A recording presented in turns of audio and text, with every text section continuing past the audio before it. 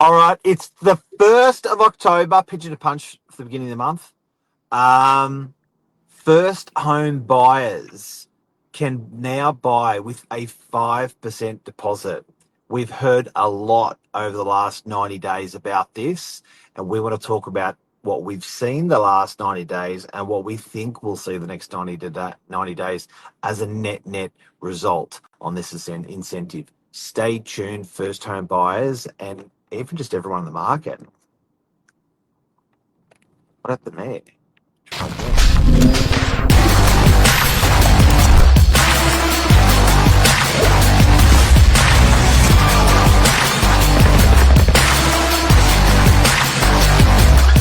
I'm the ringleader, so listen up. Ooh, la Morning, la mate. la la la la la la. It's Christmas morning for property, isn't it? This morning, Mark. Yeah, yes. Josh Wapshot, real estate agent to the Stars.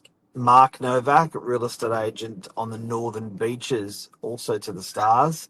We're out there in the marketplace all day, every day, talking to buyers, talking to sellers, and we wanted to give you our experience and what we've been seeing on this first home buyer stuff. Talk to me, Josh. Talk to me. So I thought let's unpack it a little bit.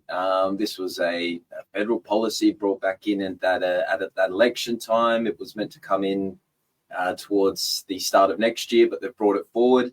And what this is a deposit scheme. So essentially, prior to this coming out, you're capped up towards that between that 900 mil mark to be eligible for this. And essentially what this is, guys, if you didn't know, lenders mortgage insurance, if you traditionally didn't have a 20% deposit, what would happen is you would still have parameters to get approval via your bank. However, if you didn't make up that 20% deposit, you would also pay what's called LMI, or lenders mortgage insurance. Now, with this policy, essentially the government is, how would you say it, guaranteeing that 15%, so that minus the 5% a buyer's going to put up, they're guaranteeing that. So allowing buyers to now enter the market up to 1.5 with a 5% deposit. And I think this is going to be quite big, because this now unlocks a lot of different property across the market, doesn't it, Mark? It does look, a lot of people sometimes didn't even qualify for the LMI, or they had to tack that cost onto their end mortgage for the property. So it brings a lot of comfort to first home buyers now that, one, they're not having to pay that extra 10, 20, 30, 40 grand of LMI. And they, get the big tick. Okay. It's, proceed. It also means that they're getting in at larger loans, as in, if they're not saving for the 10 or 15 or 20% deposit, then they're borrowing that money. So some people are saying there's a bit more leveraging from first home buyers, which is a bit scary. Yeah, you would say it is, but it's quite difficult in the current environment, the economy, as sure as most people know, to get that capital up. These days, you're looking at an average 2-bedroom unit, $1.2 million, where you're looking at $240,000 as a 20% deposit there. So I think, plus obviously your stamp duty costs on top of that. For 1.2, you're probably looking at about 50 grand. So there's nearly $300,000 as a deposit and stamp duty that a traditional buyer would require. Whereas now, if you're looking at purchasing at, say, 1.2, that's roughly $50,000, $62,500, $2,500. So a massive difference. Obviously, you've still got your stamp duty cost. You've got concessional rates from 800 to $1 million. But if you look at that in the comparison, you're looking at $100,000 in capital versus 300. So I think that's huge, and I think it's going to have an even bigger play on the market moving forward. The net effect on pricing. Well, I think it's what we see is obviously more buyers for this market of it's probably your glorified one bedders up to your original three bedder market. But what we'll see happen is that injection in the market not only does it affect the buyers, but it's going to affect the sellers in these markets. And generally the sellers of these, 1, 2, 3 betters are going to be moving into the housing market. So what I think we'll see this real injection in the affordable side of the market, and that will slowly trickle its way up into the heavier pockets or deep, more expensive stock on the market. So I think it's just going to bring a whole lot of demand, a whole lot of life and energy, and I think some growth in property prices along with it. What's your take, Mark? Yeah. Look, I think it is pushing prices up. It's interesting they didn't give us a rate reduction yesterday, or this month or the month before, and I think the government feels like they've given everyone a bit of a lolly bag by giving this 1st of October incentive. They don't normally pull them off the table quickly, so I think this could be around for years. It takes a lot of infrastructure to put this in place, and it's in place now, so I think it's going to be around for a while. But the net effect, I know we had realestate.com reporting that our market, Northern Beaches, particularly DY, had gone up 15% in 3 months. Now, what does this incentive mean that people can buy with a 5% deposit to our region that we're in? I think everyone's up 100 grand.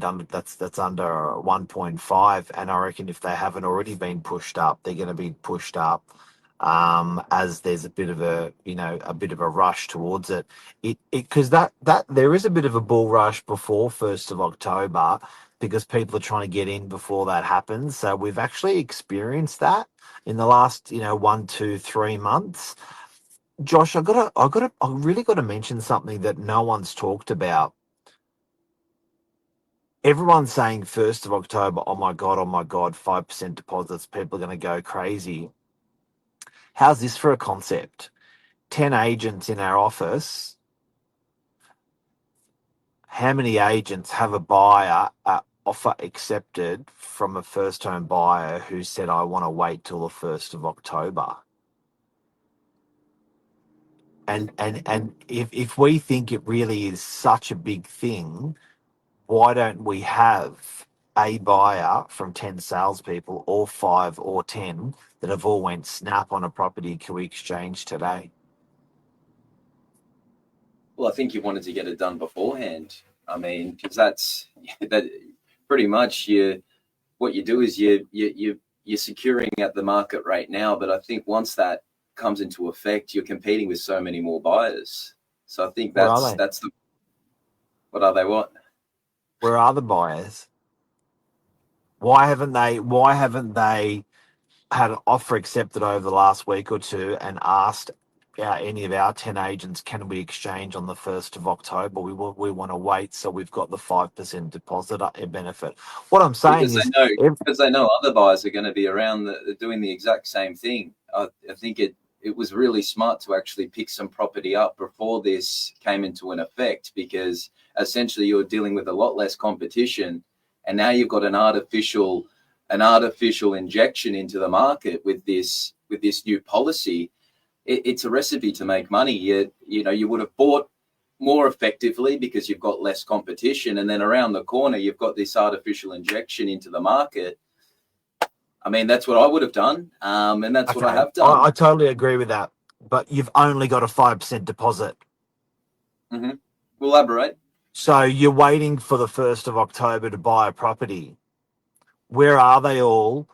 Where are the smart ones that have approached us and said, I've only got a 5% deposit. I can't buy now, but I'm going to wait till the 1st.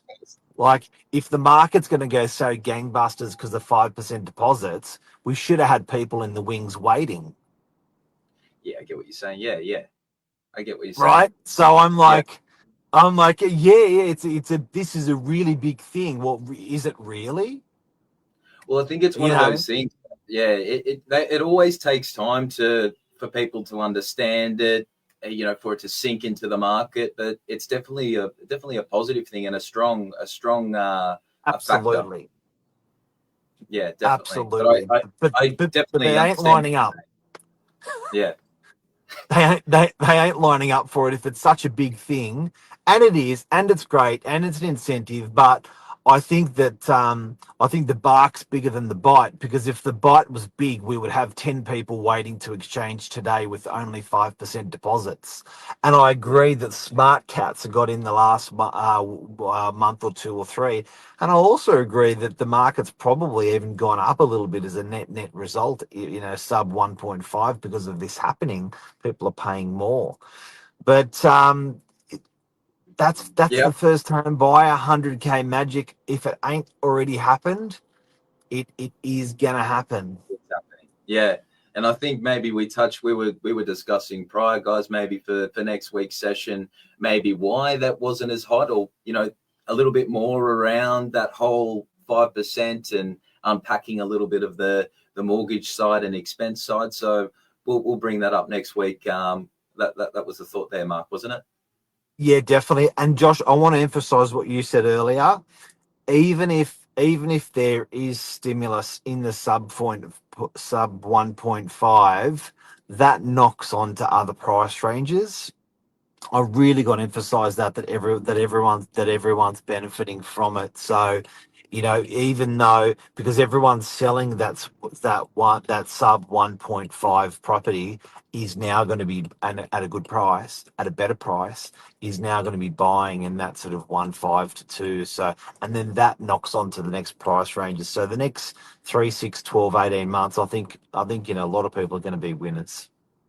Yeah, definitely. And it's not just above, it's below. So if you've got a small, a nice investment studio like the ones over at Maramba Road, well, if that Yeah. price level is majority going to be two betters, but all of a sudden, if you have two betters in our 1.2 as opposed to 1 mil, well, that's going to drag all your one better and your studio stock as well. So don't just think it's going to follow on to houses, guys. I think it's going to be across the market there that we're going to see that injection and have that spread. Everyone's a winner. First of That's Oc- it. first of October. That's Have a it. Well, great let's see day, what legend. happens. Thanks, Max. Thanks, guys. All right, guys. Take care. Cheers. Bye.